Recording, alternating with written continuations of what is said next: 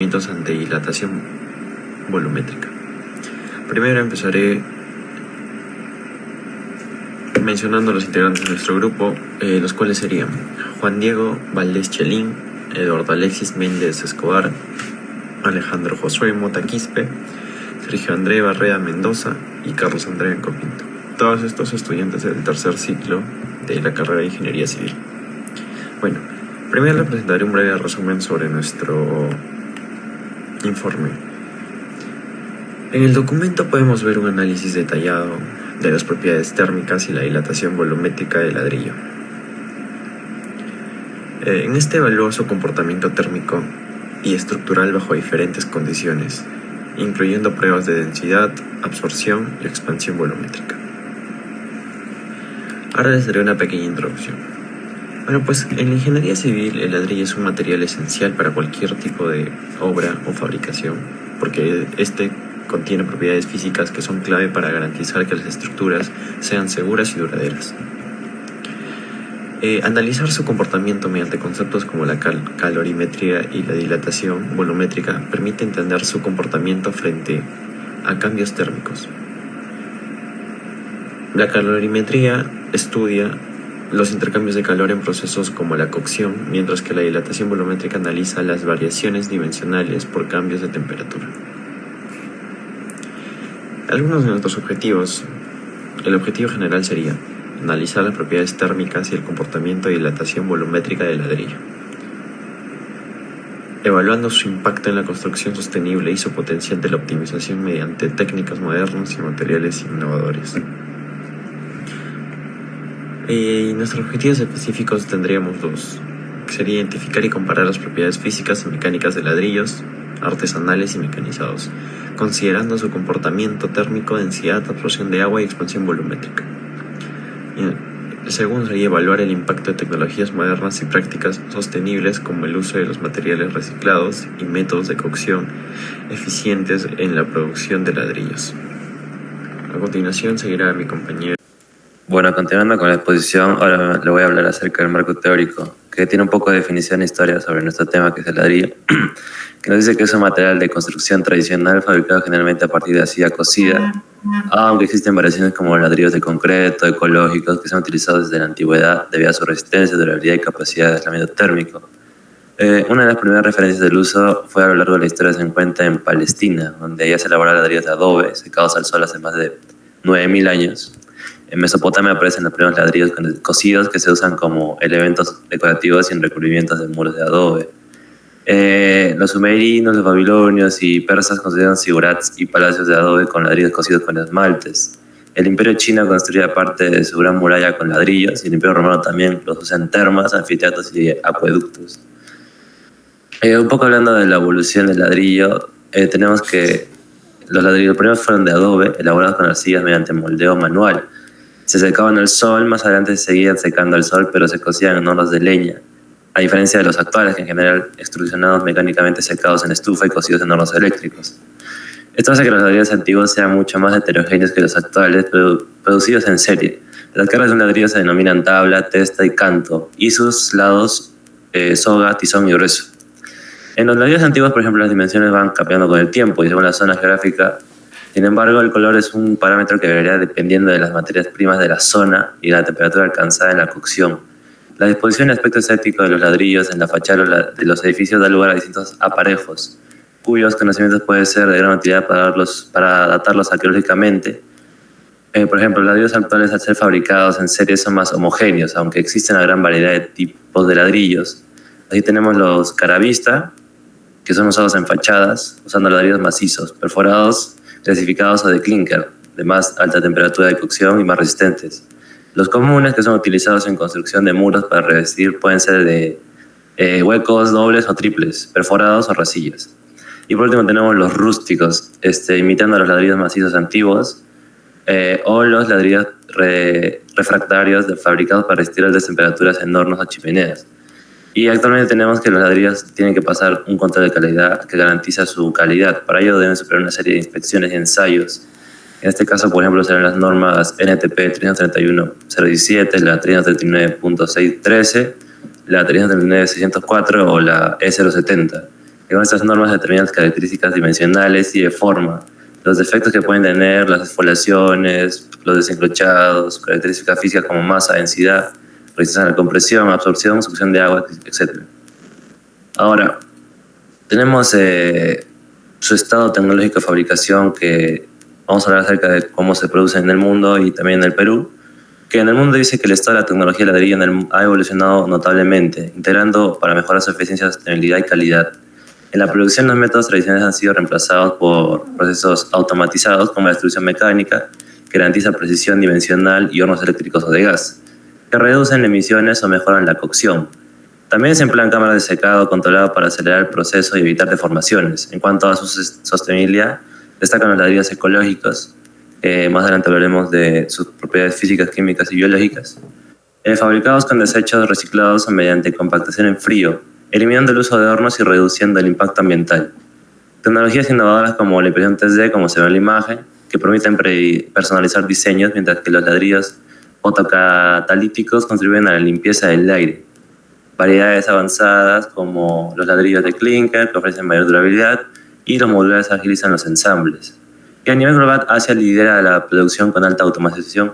Europa se centra en la innovación sostenible, y América Latina combina métodos. Estas tendencias reflejan un equilibrio entre tradición y modernidad, impulsado por estándares internacionales que garantizan calidad, resistencia y sostenibilidad. Ahora, hablando un poco más del estado de tecnología en el Perú y precisamente en Arequipa, en el Perú la tecnología de ladrillo combina métodos tradicionales y modernos, reflejando una transición hacia procesos más eficientes y sostenibles. La producción tradicional predominante en zonas rurales de menor escala utiliza hornos artesanales alimentados con leña o carbón, lo que genera un impacto ambiental significativo debido a las emisiones contaminantes y el consumo de recursos naturales. Sin embargo, en las áreas urbanas como Lima o Arequipa se están adoptando tecnologías más avanzadas, como el uso de hornos a gas y procesos automatizados para moldear y coser ladrillos. En el mercado peruano tenemos varios tipos de ladrillos. Los más comunes son los huecos, que son empleados en la producción de viviendas y estructuras de bajo costo, y los macizos, utilizando principalmente en edificaciones de mayor resistencia. También se están introduciendo ladrillos ecológicos, que son fabricados con materiales reciclados y compactación en frío, especialmente en proyectos sostenibles. Además, el país cuenta con normativas peruanas normadas como la NTP, que evalúan propiedades, las propiedades que se mencionaba anteriormente, la resistencia a la compresión, variación dimensional, etc. Hablando un poco más de Arequipa, dice que la tecnología de ladrillo combina métodos tradicionales y modernos adaptándose a las peculiaridades de la región. La producción tradicional sigue siendo predominante, usando hornos artesanales alimentados con leña o residuos agrícolas. Este método es común en zonas rurales y genera ladrillos de características heterogéneas. En contraste, algunas empresas urbanas han adoptado procesos más modernos como la extrusión mecánica y el uso de hornos industriales de gas o eléctricos, mejorando la calidad, uniformidad y eficiencia energética de la producción. Por ejemplo, Arequipa destaca también por el uso del sillar, una piedra volcánica característica que, aunque no es ladrillo, en el sentido estricto, forma parte del legado arquitectónico local. Los fabricantes han comenzado a integrar materiales reciclados y procesos más sostenibles para reducir el impacto ambiental. Aunque el desarrollo de estas tecnologías aún es limitado frente a los métodos tradicionales, la industria local se enfrenta al desafío de modernizar sin perder su identidad, manteniendo calidad y adaptándose a las normas ambientales emergentes. Bueno, ahora hablaremos sobre cómo evaluamos los comportamientos térmicos y los comportamientos de dilatación volumétricos mediante los dos ladrillos que tenemos. En este caso hemos tomado un ladrillo artesanal que, como menciona mi compañero, todavía no se sigue aplicando la práctica de este tipo de ladrillos, aunque no sea tan habitual. Y también el ladrillo mecanizado o King Kong, donde buscamos evaluar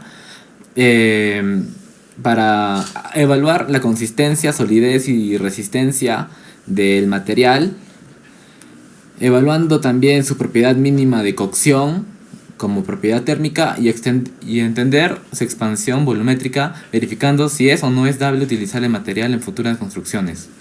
Utilizaremos la norma E070 de albañilería para determinar si es correcto el uso de ese tipo de ladrillos.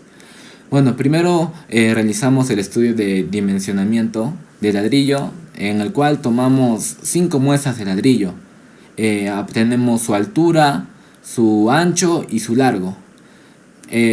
Lo promediamos y hallaremos la variable porcentual, la cual tiene que no ser mayor de 4, porque el tipo mecanizado tiene que ser menor a 4 porque su régimen en la norma es 0,70 lo pide.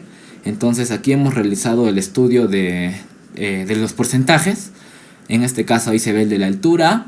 Baja un poco más, por favor. El ancho. Y también se ve el largo. Utilizamos las medidas conceptuales del ladrillo mecanizado, que en este caso son 10 por 14 por 24. Puedes pasar a la siguiente. También tenemos la práctica de densidad, donde ahí también aparece el promedio total, la desviación estándar. Asimismo también tenemos los otros tipos de estudios. Baja un poco más abajo. Ese es el ancho, el total. El ancho total. También encontramos la práctica de alabeos, donde también de las 5 muestras utilizamos la cara inferior y la cara superior, donde determinamos cuál es la dimensión en milímetros de concavidad y convexidad. Entonces ahí vemos que es 1 milímetro y también hallamos sus promedios, y deben cumplir con el régimen de la normativa E070 de albañilería para que estén de acuerdo o aptos para una construcción. También ahí está el porcentaje de absorción de todos los ladrillos que hemos tomado, su peso en seco y su peso cuando está húmedo.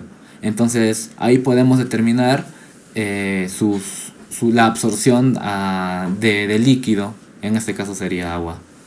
Puedes seguir con la siguiente. Ahora hablaremos sobre el ladrillo artesanal, donde, en sí el ladrillo artesanal tiene una longitud de 8 por 13 por 22.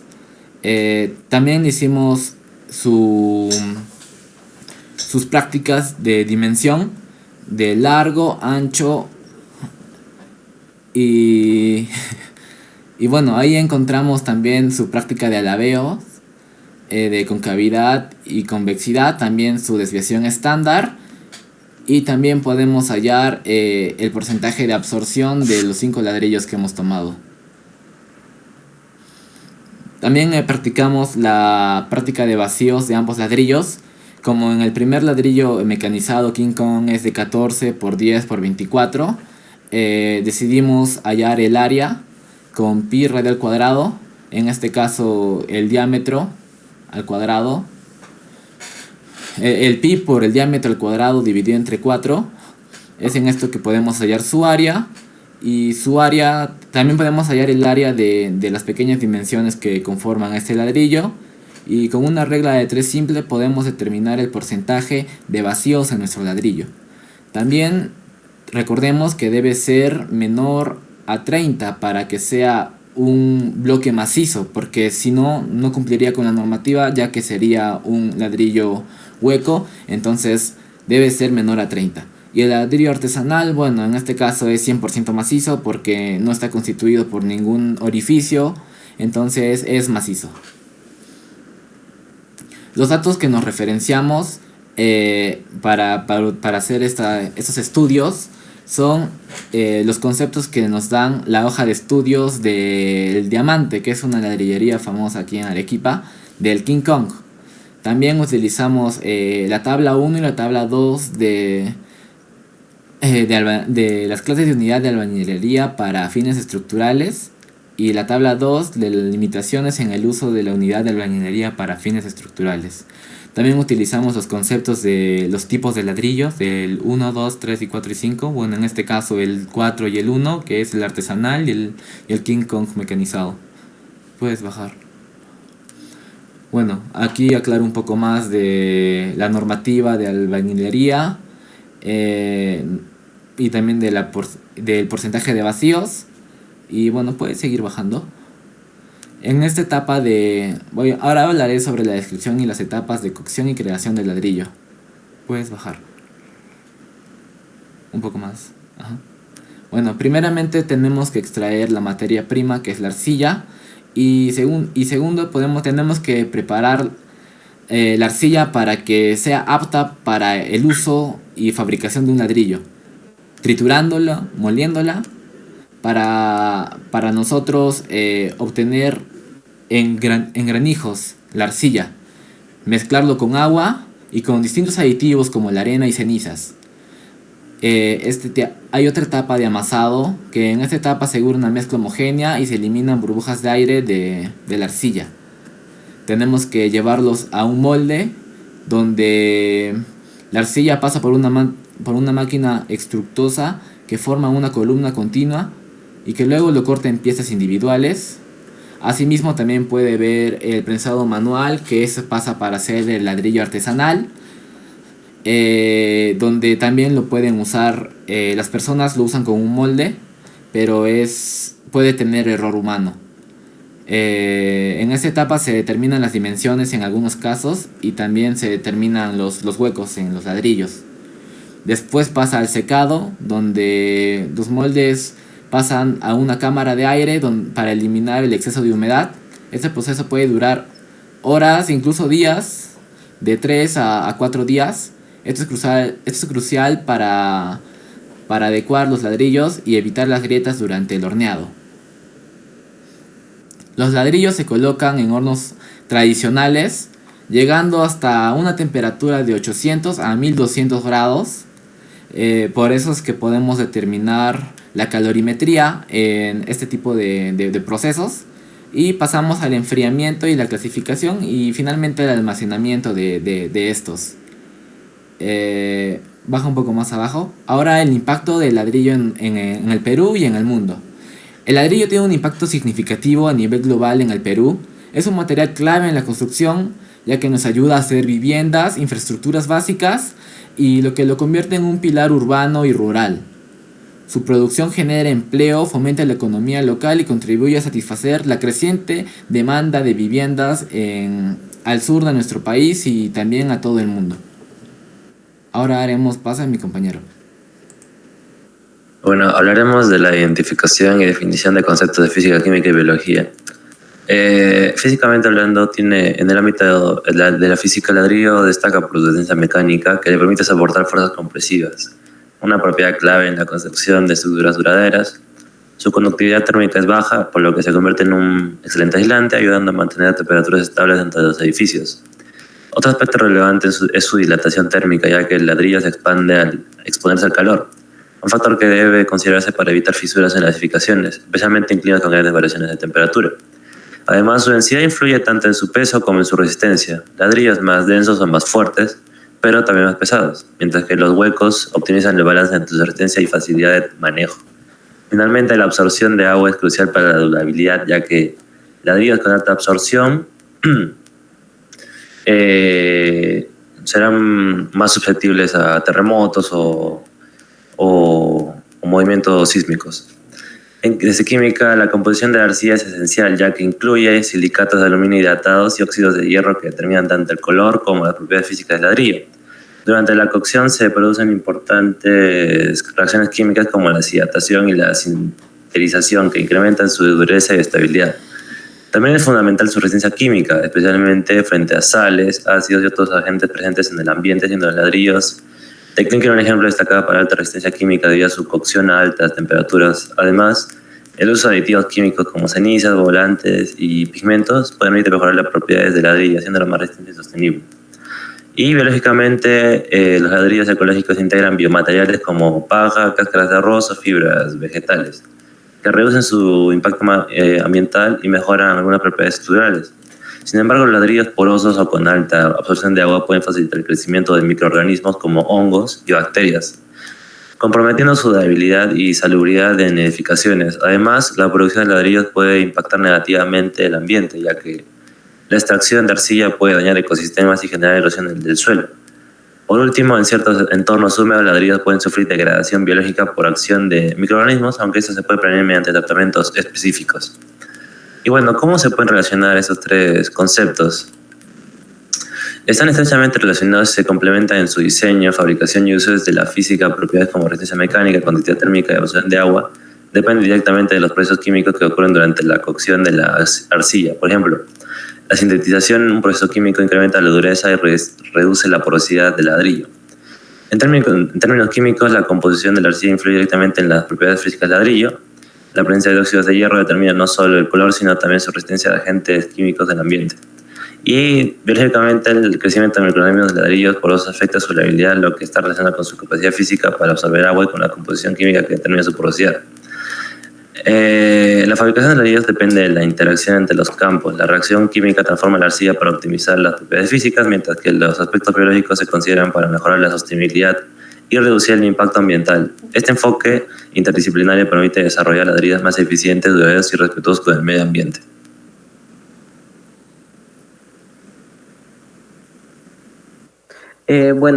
Pasamos a la toma de datos y cálculos de la expansión volumétrica de los ladrillos. Como anteriormente se habló, los ladrillos, dentro del tema de física en el cual lo aplicaremos, tienen demasiada importancia en su proceso, el cual es la cocción. Cuando se realiza la cocción de un ladrillo, es muy importante tener en cuenta las medidas de los volúmenes y la temperatura con las cuales se realizará su cocción. Y eso es muy importante ya que la propia cocción, el tiempo, la temperatura y todos estos aspectos van a determinar muchas características de los ladrillos, su resistencia a la compresión, hasta su porcentaje de absorción y muchas características más. Por ende, es muy importante que se realice una buena cocción de estos propios ladrillos. Y bueno, como lo mencioné, hablaremos de la expansión volumétrica o dilatación volumétrica, este tema relacionado a la física, el cual, para explicarlo mejor, se nos dice que es un fenómeno en el cual el material puede, no necesariamente la expansión volumétrica puede ser volumétrica, también puede ser expansión de área o expansión lineal, y puede ser en cualquier material, un fluido y cualquier otro objeto. Como decía, la dilatación volumétrica es un fenómeno en el cual se da el incremento de volumen en relación al aumento de la temperatura. ¿Qué quiere decir esto? Que en un material, en relación a si se le da un aumento de temperatura, este material va a tender a dilatarse, que es decir, aumentar su volumen. En los ladrillos, como bien dije, es muy importante ya que esto permite la pérdida de humedad y la propia cocción. Comprender y controlar estos cambios es esencial para garantizar la calidad del producto final. Es decir, que es muy importante todo esto para garantizar la producción de los ladrillos. El proceso de cocción de los ladrillos va a permitir que este proceso se lleve a cabo en hornos a temperatura, que como lo mencionaron anteriormente, que es entre 800 a 1200 grados centígrados, 900, por ahí, dependiendo del material, dependiendo del tipo de ladrillo que deseamos realizar y la resistencia o características que le deseamos aportar. Como se mencionó también en las etapas, ya entrándonos más en la cocción, las etapas de la cocción nos hablan de un precalentamiento, en el cual como que se pone el ladrillo a 300 grados centígrados para que empiece a acostumbrarse a la temperatura y de paso se elimine la humedad superficial y la humedad absorbida. De ahí viene la deshidroxilación, en el que la temperatura ya empieza a variar de 300 a 800 grados centígrados, en los que los minerales pierden agua química y comienzan a expandirse. Ahí ya se empieza a dar la dilatación y la vitrificación, que es el proceso final, por decirlo así, en el cual se produce la fusión parcial de los componentes, lo que queda en ya el ladrillo compactado. Para hablar del impacto de la temperatura, podemos decir que se necesita un calentamiento, podemos decir que cuando se da un calentamiento rápido, se puede provocar tensiones internas, fracturas o deformaciones debido a una dilatación desigual. Y también una temperatura insuficiente puede causar que los ladrillos resulten frágiles o mal cocidos. Y mientras que un exceso de temperatura también puede causar, pero esta vez, deformaciones y pérdida de la forma. Sin más dilatación, como el tema lo dice, procederemos a realizar unos cálculos en los cuales se sustente, en los cuales podamos observar cómo es que la dilatación lineal puede funcionar en el proceso en el proceso de cocción de un ladrillo. En este caso hemos usado los ladrillos que anteriormente mencionamos, el ladrillo mecánico y el ladrillo artesanal. Primeramente, como dije, el tema de dilatación volumétrica comprende una fórmula, la cual es variación de temperatura, variación de volumen, el cual es a centímetros cúbicos, es igual al coeficiente de dilatación volumétrica del material, en este caso del ladrillo, que sus medidas son grados centígrados a la -1, el volumen inicial del ladrillo, y todo eso multiplicado también por la variación de temperatura, la cual está a grados centígrados también. Teniendo esta fórmula en cuenta, necesitaremos primeramente los datos de los volúmenes finales, los cuales podemos calcular con los datos que adquirimos anteriormente. En este caso, como dijimos, se tomarán los volúmenes del ladrillo artesanal y el ladrillo mecanizado. Empezando por el volumen final del ladrillo mecanizado, primero tuvimos que sacar el volumen total del ladrillo, el cual es la multiplicación del ancho, la altura y el largo, dándonos así como resultado 3.653,757 centímetros cúbicos. Y este resultado le tenemos que restar el volumen total de las áreas circulares. Entendemos que el ladrillo mecanizado tiene huecos, esas áreas circulares, las cuales van a quitarle volumen al volumen total del ladrillo. Es por eso que necesitamos también hallar esto, y el procedimiento es la multiplicación del área de cada círculo por la altura y por la cantidad de círculos, que en este caso son 18. Obtuvimos la cifra de 906,690 centímetros cúbicos y, como lo dije anteriormente, se resta. Para obtener el volumen final del ladrillo necesitamos el volumen total que hallamos y restarlo con las partes huecas, dando como resultado el volumen final del ladrillo mecanizado, que es 2.747,067 centímetros cúbicos. Luego hallamos el volumen final del ladrillo artesanal.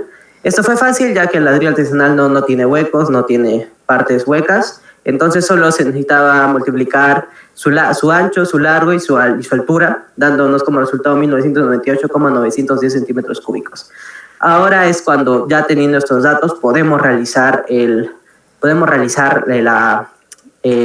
la fórmula, podemos realizar el procedimiento, el cual es que teníamos la fórmula anterior, que era variación de volumen y todo esto. Lo transformamos sigue siendo lo mismo, pero transformamos la fórmula la transformamos en otra, de tal forma que podamos despejar el volumen inicial, que es lo que necesitamos para obtener la variación de temperatura, ya que tenemos el volumen final, la temperatura inicial y el coeficiente de dilatación. Ahora en el ladrillo mecanizado, usando los datos del ladrillo mecanizado, tenemos que el coeficiente de dilatación volumétrica del ladrillo, que generalmente se utiliza, es 12 por 10 a la -6 centígrados a la -1, y la temperatura final y la temperatura inicial las tomamos según como comprendemos que se debe realizar el método de cocción. Comprendemos que primeramente la mezcla antes de realizarse una cocción está a temperatura ambiente. Y generalmente la temperatura ambiente es 25 grados centígrados y la temperatura final comprendemos que va a ser hasta cuando se empieza a cocer, que era entre 800 a 1200. Y ya para tener un dato, elegimos la parte de la mitad, que es 1000 grados centígrados. Realizando esta fórmula, obtuvimos que el volumen inicial del ladrillo mecanizado es 2.715,178 centímetros cúbicos, y usando la fórmula del porcentaje para hallar el porcentaje de variación de temperatura, obtuvimos que de volumen, obtuvimos que la variación del volumen del ladrillo mecanizado es 1,2%. Y luego realizamos el mismo procedimiento con el ladrillo artesanal, solo que con sus datos de su volumen final, obtuviendo que el volumen inicial es 1975,777 centímetros cúbicos y curiosamente su porcentaje de variación volumétrica es 1,2% también. Con esto podemos concluir que el porcentaje de variación de volumen es generalmente el mismo entre 1 y 2% o hasta un poco más, si son realizados según la norma, según como lo indica la norma técnica peruana y como lo indicamos anteriormente, que también era la norma E070. Como vimos los datos son según como indica la norma, la temperatura de cocción, los datos que medimos de las medidas que se necesitan tener de esos ladrillos y todo esto. Realizando todo esto y teniendo en cuenta las normas, comprendemos que la variación del porcentaje de temperatura, de volumen de los ladrillos tiene que comprender esos porcentajes, y esto nos va a denotar que se han hecho de forma óptima, ¿no? Y que nos permitirá que están los ladrillos fabricados correctamente. Ahora paso con mi compañero. Continuando con la exposición de mi compañero, analizaremos el último aspecto o subtítulo. Sería aspectos críticos de la tecnología usada y el impacto en la sociedad. En respecto a la etapa de la tecnología usada, bueno, la fabricación de ladrillos tradicionales implica un proceso de secados y cocción que consumen grandes cantidades de energía y genera emisiones significativas. Sin embargo, el desarrollo de tecnologías más eficientes permite que esto se reduzca, ya que cuenta con hornos mejorados y se puede usar aditivos ecológicos, lo que fomenta prácticas sostenibles y responsables en la producción. Impacto en la sociedad. El ladrillo, como material esencial en la construcción, ha facilitado el acceso a edificaciones duraderas y accesibles para diversas comunidades. Sin embargo, los procesos no sostenibles en su fabricación afectan negativamente al medio y a la salud pública. Y bueno, a medida que la industria evoluciona, las tecnologías se vuelven más limpias, pero no significativamente, porque se espera un equilibrio entre el desarrollo urbano y la protección del medio ambiente. Y para terminar, vamos a hablar acerca de las conclusiones. Los ladrillos tienen alta inercia térmica, lo que ayuda a estabilizar temperaturas interiores, como explicó mi compañero Alejandro. Su aislamiento térmico puede ser mejorado con ladrillos huecos o aditivos de su composición, como aditivos ecológicos. La conductividad térmica depende de factores como la densidad, humedad y calidad del cocido. Acerca de la dilatación volumétrica, los ladrillos se expanden con el calor, pero el efecto es manejable con materiales de calidad y juntas de dilatación. La dilatación volumétrica es un factor crucial en el diseño y control del proceso de la cocción de los ladrillos. Permite prevenir defectos como grietas o deformaciones. Además, el uso de modelos físicos como la fórmula de dilatación volumétrica. Implicaciones. Diseñar con cuidado las juntas de expansión en climas extremos, estructuras mixtas. Y mejorar la fabricación puede optimizar propiedades térmicas y minimizar problemas de dilatación. Eso sería todo, gracias.